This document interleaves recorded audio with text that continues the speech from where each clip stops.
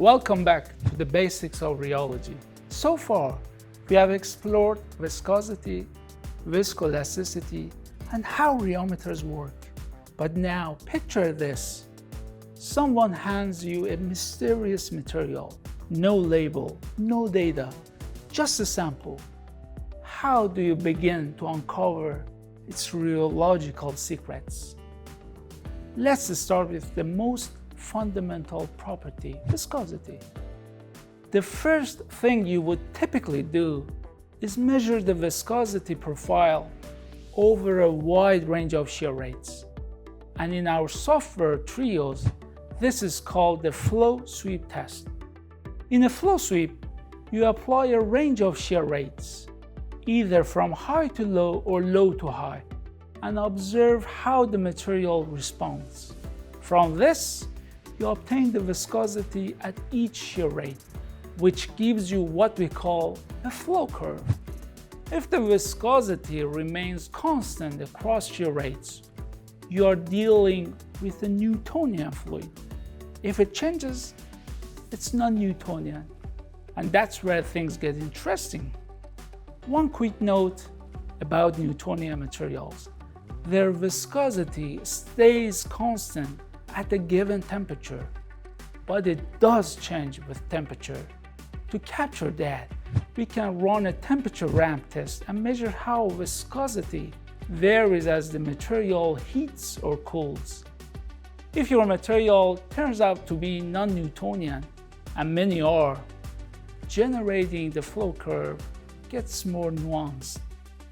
We have a detailed application note that walks you through these cases.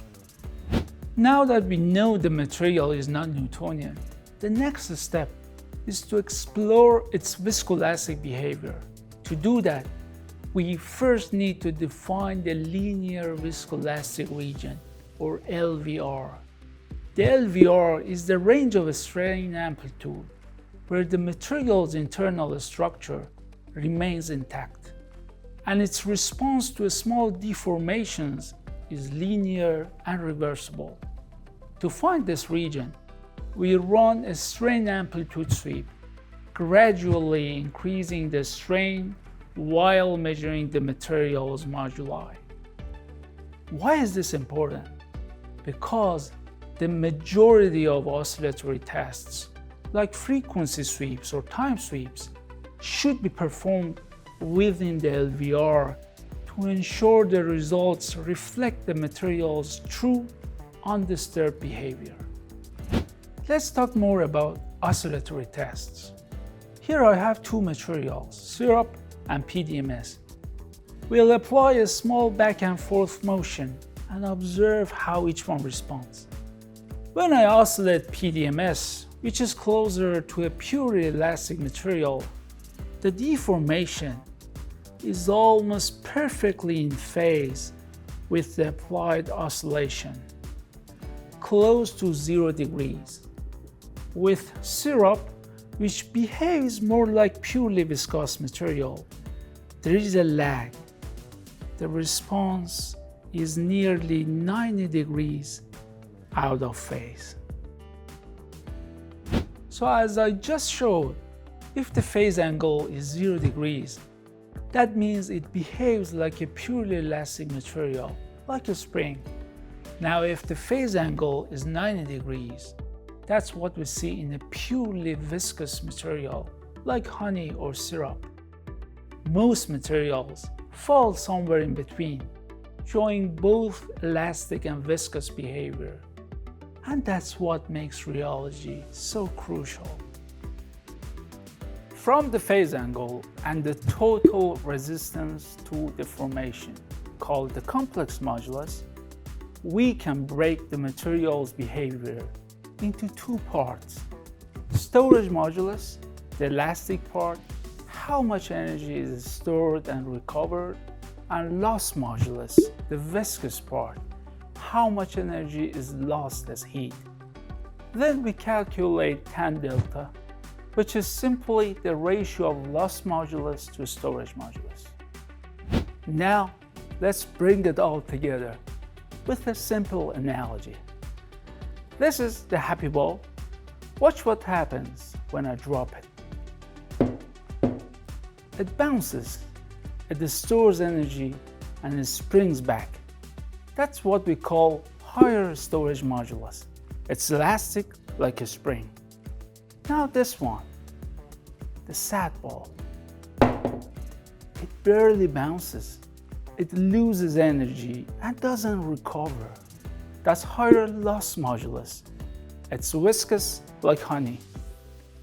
Most materials aren't just happy or sad. They are somewhere in between. That's viscoelasticity. If tan delta is less than 1, the material behaves more like the happy ball, elastic and springy. If tan delta is greater than 1, it behaves more like the sad ball, viscous, and it dissipates energy as heat. So next time you drop a ball, you're actually doing rheology.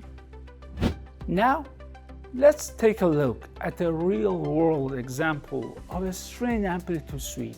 Not the perfect textbook data, but the kind of curve you actually deal with in the lab. In this plot, we are looking for the linear viscoelastic region, LVR, the range where the relationship between stress and strain is linear and the modulus remains nearly constant. To choose a strain amplitude for further testing, it's not enough to just stay within the LVR. You also need to check the raw torque and displacement signals. If the strain is too low, the signal might be weak or noisy, even if it's technically within the linear region. That's why here we select a point closer to the upper end of the LVR, near the critical strain, where the raw signals are stronger and smoother. It gives us more reliable data while still preserving the material's linear response. So when you are handed an unknown material, now you know where to start. Run a flow sweep, define the LVR, and dive into oscillatory testing. From there, the material starts to tell its story. In the next episode, we'll go deeper into oscillatory testing, exploring what frequency sweeps, time sweeps, and more can reveal about your material's structure and behavior. See you then.